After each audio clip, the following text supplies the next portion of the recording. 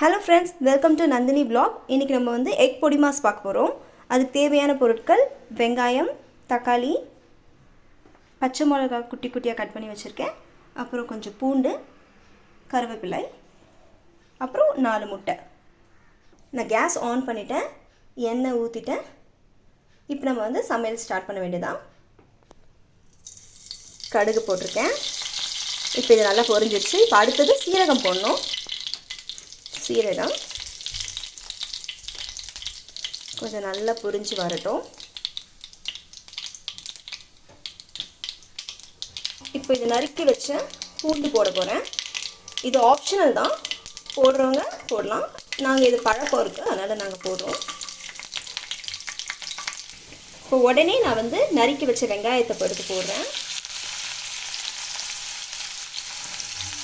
இப்போ நம்ம இந்த வெங்காயத்தை நல்லா வதக்கி விடலாம்.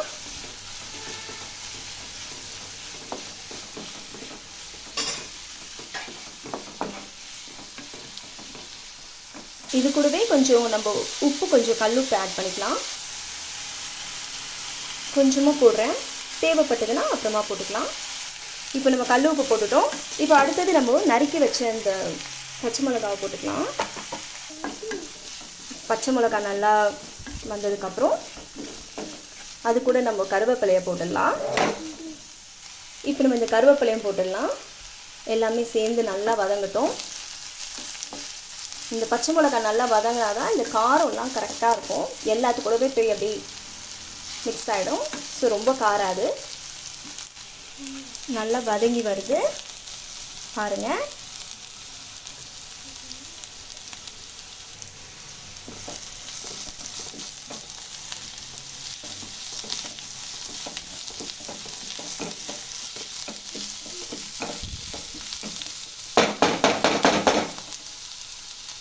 நல்லா வதங்கட்டும்.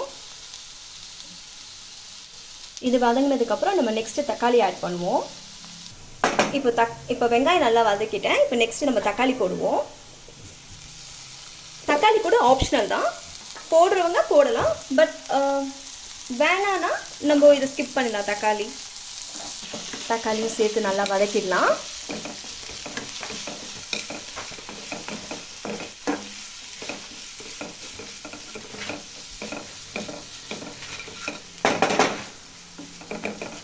நல்லா டைம் கொடுப்போம் இது வதங்குறதுக்கு.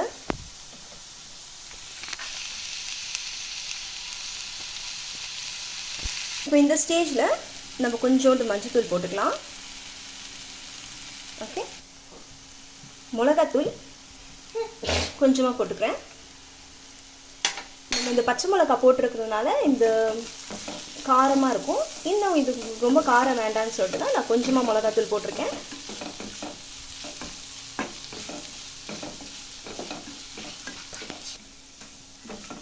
இப்போ நீங்கள் உப்பு தேவைப்பட்டால் போட்டுக்கலாம். இந்த ஸ்டேஜில் நான் முன்னாடியே போட்டுட்டேன், அதனால் எனக்கு இது கரெக்டாக இருக்குது. தேவைப்பட்டால் போட்டுக்கலாம். இப்போது முட்டை உடைச்சி ஊற்ற போகிறேன். ஸோ வந்து இந்த மாதிரி நடுவில் ஒரு கேப் மாதிரி போட்டுட்டு இந்த இடத்துல ஆயில் ஊற்றணும்.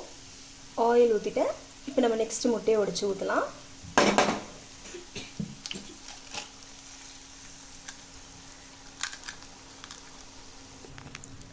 முட்டையை உடைச்சி ஊற்றிட்டேன். இப்போது 4 முட்டை. இந்த முட்டை வந்து உங்களுக்கு பெருசு பீசஸ் வேணும். இப்போ இந்த முட்டையை கொஞ்சம் கலரி விட்டுடலாம்.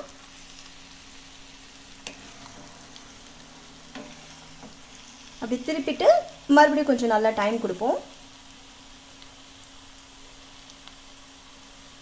இந்த மாதிரி குட்டி குட்டியாக அப்படி கட் பண்ணிக்கோங்க.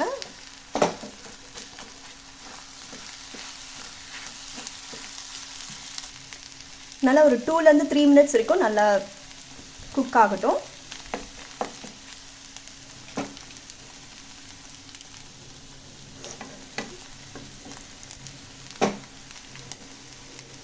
டூ மினிட்ஸ் கழித்து நல்லா ப்ராப்பராக குக் ஆகிருக்கு.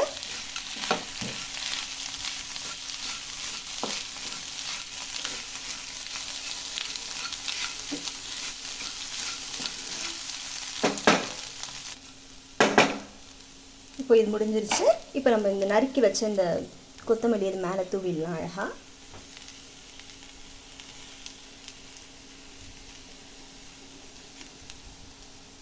ரொம்ப பார்க்குறதுக்கு கலர்ஃபுல்லாக இருக்குது. இப்போ தட்டு போட்டு மூடிடலாம். சும்மா கொஞ்சம் ஒரு நிமிஷம் கழித்து ஆஃப் பண்ணிடலாம்.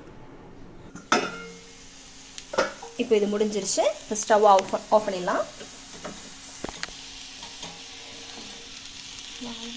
பார்க்குறதுக்கு ரொம்ப நல்லாயிருக்கு.